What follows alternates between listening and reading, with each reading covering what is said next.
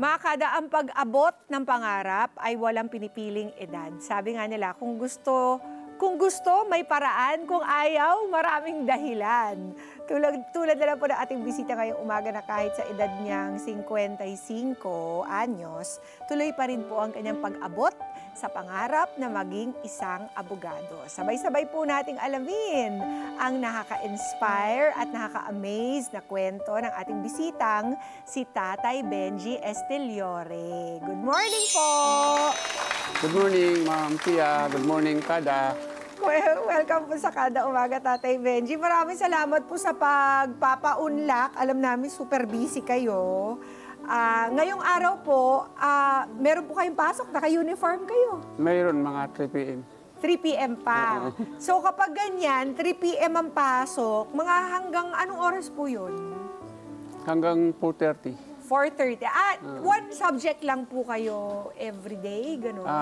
Sa ngayon, medyo isa na lang kasi tapos na kami sa iba. Oo. Tapos halos isang subject lang kami ngayon. Kasi malapit na kayo magtapos, third year na kayo ngayon? Yung first semester. First semester ng third year. Opo. College. Opo. Si Tatay Benji po ay nagpe-pre-law course itong political science.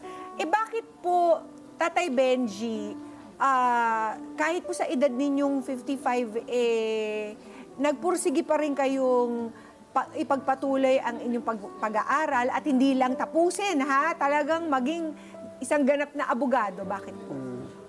Kasi nung araw po na maaga ko na ulila sa magulang. Tapos sinikap ko lang yung sarili ko na mabuhay ako. Makakain ako ng 3 beses ang araw, okay na.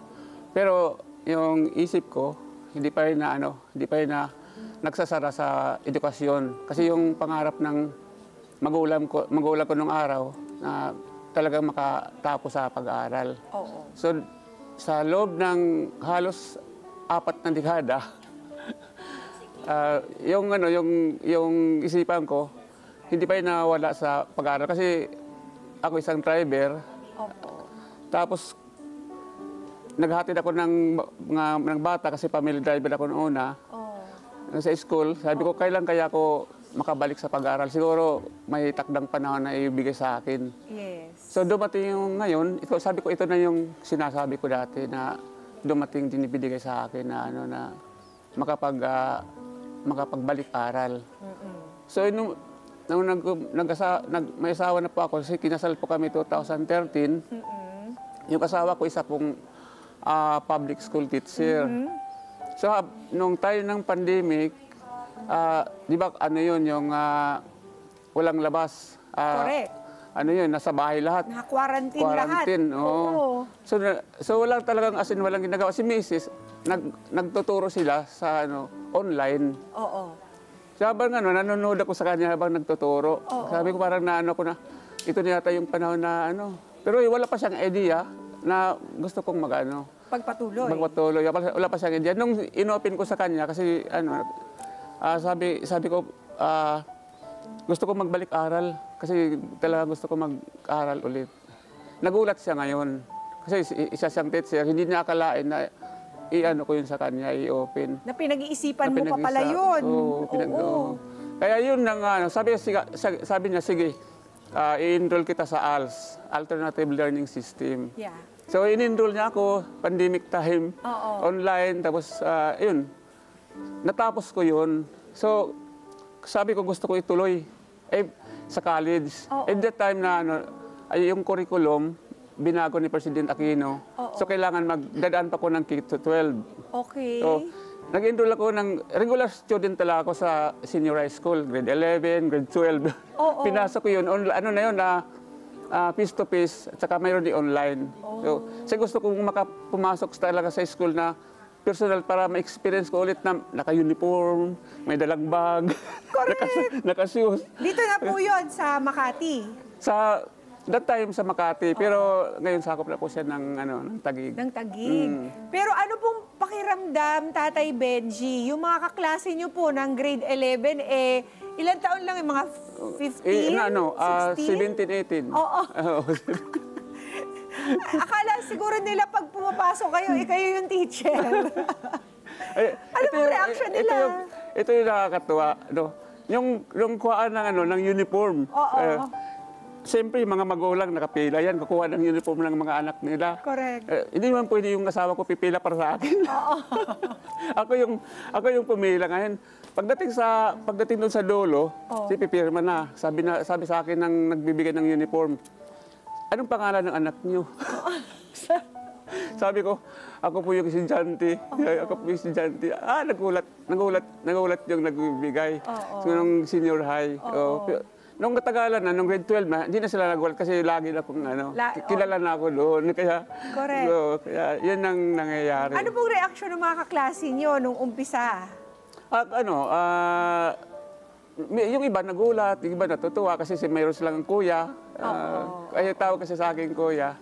Ako naman siyempre mga bata yun, nakikibagay ako. Hindi naman kayo kinukutsa ng mga classmate. Wala po. Wala nabubuli. Very good. Sa senior high, malaki po yung respeto po nila sa akin. Siyempre ako din, bilang mga tinuturing ko silang anak. Minsan tatawag ko sila anak. Nakakatuwa. Sabi niyo sa akin, hindi kayo nabiyayaan ng anak ni Mrs. Ayun pala yung mga anak ninyo. Correct. Napakadami. Si Mrs. mayroon din sa school. Pero ano pa yung pakiramdam na nung unang pasok ninyo sa eskwela ulit after 4 na dekada? Excited.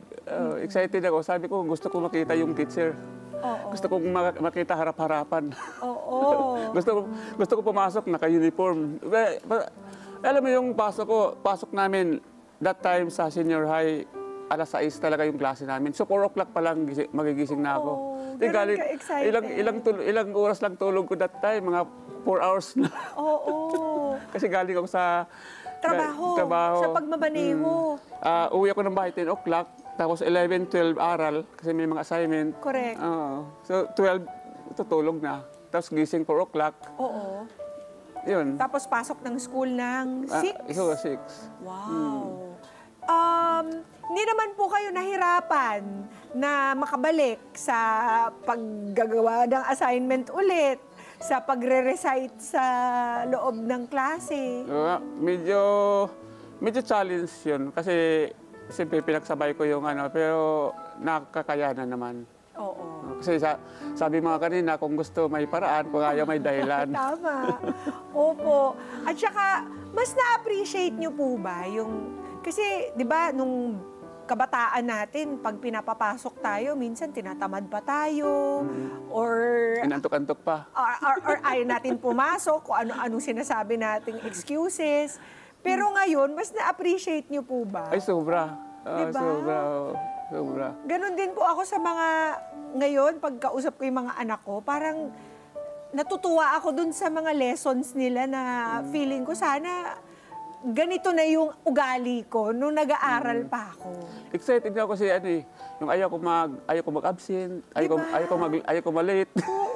Alam mo ba, 12 o'clock yung pasok namin. 10 o'clock pa lang, mag-stop na ako sa biyahe. Nakakatuwa. At ngayon pong nasa college na kayo, ano naman po yung pagbabago? Yung pagbabago, malaki yung adjustment. Saka yung tulog ko, medyo may tulog ako. Kasi hindi na ganun kahaba. Hindi ganun kaaga yung Saka pasok. flexible po, no? Flexible. Mayroong pasok ako ng, tulad ngayon, mamaya pa yung pasok ko 3 o'clock. So, ginagamit ko yun ginagamit ko yun muna sa biyahe. Yung between So, ngayon po, alas 3 yung pasok nyo. Anong oras kayo namasada? Pagkatapos po siguro mga 5 o'clock. 5 a.m., no? Masada na kayo? 5 ng hapon after class. Pero kanina, halimbawa sa umaga, mga alas 7. Alas 7 na masada na kayo. 7 o'clock. Tapos stop ako dahil may klase. Tapos pagkita naman, pag mahaba yung oras, biyahe na naman, balik ulit sa school. Oo. Habang naghihintay ng nagre-review. Tama. Oo. Mahirap yung ano kasi sa ano kasi sa political science more on recitation. Oo. Oo. So, aral kayo ng aral para lagi kayong sharp. Oo. yung experience ko lang nung ano nung first year ako, on the spot, Oo. ipa-recite sa amin yung preamble. Oo. Kamusta po? Practice. Pagising ng umaga, kasi pag umaga, alam mo, medyo fresh pa yung isip. Oo. Pagising, medyo recite. Para pagdating sa school. Pero alam nyo, Tatay Benji, mas babata kayo niyan. Kasi the more na ginagamit nyo po yung inyong isipan at sina-challenge ito, mas lalong bumabata yung ating utak. 'Di ba? Kaysa yung ano lang, tenga-tenga lang, 'di ba? Relax. Pero bakit po abogado ang napili ninyo? Talagang long game, Tatay Benji. Hindi lang 4-year course ito, dinagdagan mo pa ng another 4. Bakit po abogado? Ano bang pangarap ninyo pagkatapos ninyo itong tapusin? Goal ko na mag-law dahil gusto ko na pag-aralan at malaman yung sistema ng hustisya, ng batas, para in the future, marami akong matulungan na walang boses sa lipunan.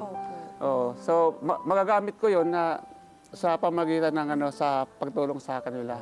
Tulad ko, dati wala ding boses sa lipunan, gagamitin ko rin din 'yon pagdating ng panahon. Wow. At yung goal ko yun, nag-start po yun nagbalik-aral. So yun talaga yung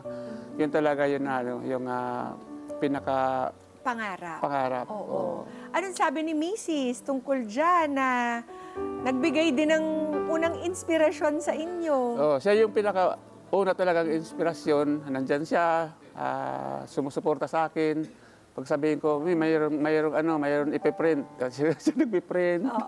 Pagdating ko sa bahay, galing sa biyahe, siya nagpiprint. Ano lang kami, parang tandem, tulungan. Oo. Tulungan.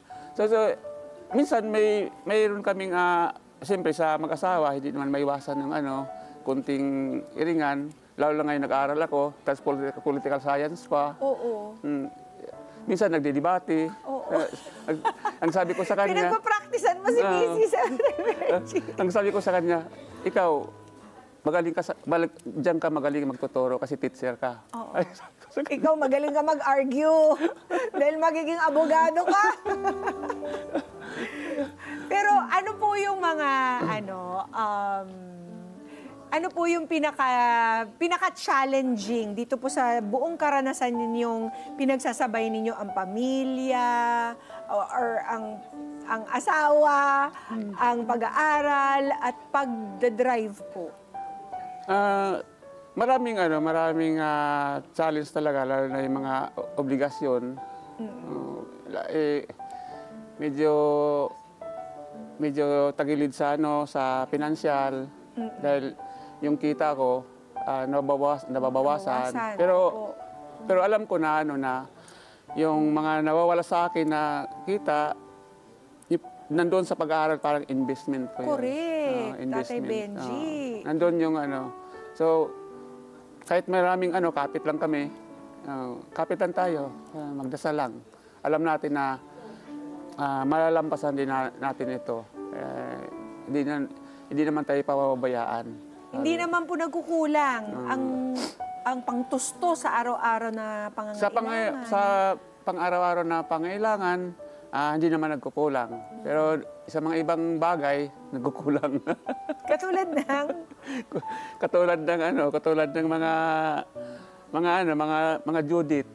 Judith! Naku, talagang yan si Judith na yan. Ha? Hindi naman makaintindi si Judith minsan eh. Oo nga. Makulit eh. Oo, pero nababayaran naman po si Judith. Nababayaran naman. Medyo malilit. Amen. Maliliit lang ng konti. Nalilate lang ng kaunti. Maliliit ng konti. Oo, alam ko po na scholar kayo ng Taguig. Yes. So, ang pag-aaral niyo po ay libre. Libre. Oo. Scholar ako ng Taguig at scholar din ako ng Makati.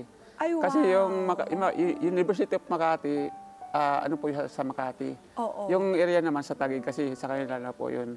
So both them, scholar po ako. So yung pinambili ng uniform, Oo. galing sa Taguig sa scholarship. So malaki po talagang bagay yung mga scholarship sa mga bayan kung saan tayo nakatira. Napakagandang malaman na napupunta sa mga ganyang bagay, di ba? Yung pondo ng pamahalaan. Correct. Saka yung mga bata, sabi ko lagi sa kanila, na habang may nagpaaral, habang nag-support sa inyo, kasi ngayon mabilis lang yung sa edukasyon eh. Halos isinusubo na ng gobyerno. Correct. Yung, Hindi po katulad dati, mas mahirap po ba? Dati yung bag namin, yung araw, yung elementary, yung NET. Oo. Ngayon, may mga ng government, libre lahat. Libre lahat. Sa college lang hindi libre. Sa high school, libre. Libre uniform, libre sapatos, may libre pang pagkain eh. May grocery pa. Wow. May jacket pa, basta PE, lahat binibigay na ng government. Sana lahat ng LGU ganyan. Yes. Diba? Nakikita natin kung saan napupunta yung mga buwis na ibinabayad ng sambayanan. Sa Taguig, yung namin, sobra-sobra pa. May sukli pa. Sabi nga ni Senator Peter Cayetano, may sukli pa. Kaya dahil po dyan sa naranasan ninyo, meron po ba kayong napipisil na specialization kapag kayo po ay isang ganap na abogado na? Nais niyo po bang magsilbi rin sa pamahalaan? Sa ngayon focus muna ako sa pag-aaral. O matagal pa kasi yun. pero darating din siguro yung panahon na malalaman niyo rin. Pero yung pinaka ko doon, I think sa magtrabaho ako sa Public Attorney's Office. Yan na. Oo. Para masuklian niyo po yung natanggap niyo rin na malasakit at saka tulong. Kaya Tatay Benji, para po sa mga kakada ninyong baka sumuko na sa kanilang mga pangarap, ano pong pwede ninyong sabihin sa kanila? Masasabi ko na na tuloy lang sa pag-aaral dahil yun yung natin, no. At naniniwala naman ako na yung education is a continuous process of learning. Wala sa edad. Tama. Wala sa edad. Tama. So continuous lang kung kung gusto niyo mag-aral, welcome kayo sa school. Maraming tutulong, di ba? Maraming tutulong. Wala talagang balakid kung ito'y talagang gustong-gusto nilang mangyari. Correct po. Oo, kaya Tatay Benji, na-inspire po talaga kami sa kwento ninyo. Parang lalong tumibay yung mga loob namin na i-pursue yung mga gusto namin gawin sa buhay na dapat hindi kami pumayag na may hahadlang dito. Kaya maraming salamat po, Tatay Benji. Thank you po. God bless you at kay Mrs. din po. And sabi ko si Mrs. Kasi lagi kami si Mrs. sa bahay, siya na yung legislative, siya na yung executive, siya na rin yung judiciary. Ako, constituent lang. Mabuti naman. At masunurin kayong constituent. Magaling naman magpalakad si Mrs. Kaya maraming salamat. Kidding aside lang yun. Oo. Mabait naman yung asawa ko. Sobrang sobrang support siya sa akin. Pagpalain po kayo. God bless you more, Tatay Benji. Thank you po. At ang hangad din namin po ay makamit ninyo ang inyong kagustuhang maging abogado. Baka may gusto po kayong pasalamatan or i-shout out. Gaya po ni Attorney Jackie na naging pasahero ninyo. At dahil sa kanyang paglalahad ng inyong kwento, nalaman ng buong mundo ang inyong storya. Thank you po, maraming salamat po kay Attorney Jackie na na-inspire din po sa kanya. No, dahil siyempre, pag tuwing may pasahero ako na abogado, lagi ako nagtatanong. Salamat sa lahat. Babatiin ko yung mga kapwa ko, TNBS drivers, sa aking mga kasamahan sa Layahona Driver Society, at sa aking mga kasamahan, sa aking mga classmates. Salamat sa inyong walang sawang pagsuporta sa akin. At nandito lang ako kung ano yung mga gusto nyong itanong, ipayo. Nandito lang ako handang sa inyo. Umalalay. Malalay. God bless you ako more, ilalalayan. Tatay Benji. Hindi yan na physical way, Si Tatay Benji, lakas-lakas pa eh. Kaya ko pa akyatin yung 12th floor, hagdanan. Diba? Tama yan, Tay. Palakas ka lalo. At mahaba-haba pa tong landas na tatahakin. Mahaba pa yung lalakbayin. Pero sabi ko, yung motto ko nga, laban lang. Oo, at saka enjoy the journey. Correct. Di po ba? Nag-enjoy ako. Oo, kasi kapag inisip mo na yung resulta, parang maiinip ka matagal pa pero bawat araw meron tayong natututunan sa mga ginagawa natin. Kaya it makes it worthwhile. Maraming salamat, Tatay Benji. Thank you po. At mga kada, talaga naman pong age doesn't matter. Hindi lang po sa pag-ibig, kundi pati sa ating mga pangarap. Lahat ng mga gusto nating mangyari sa ating buhay ay mangyayari sa tamang panahon kung ito ay pagpupursigihan natin. Let's get together, Sunday 25. Sunday 25.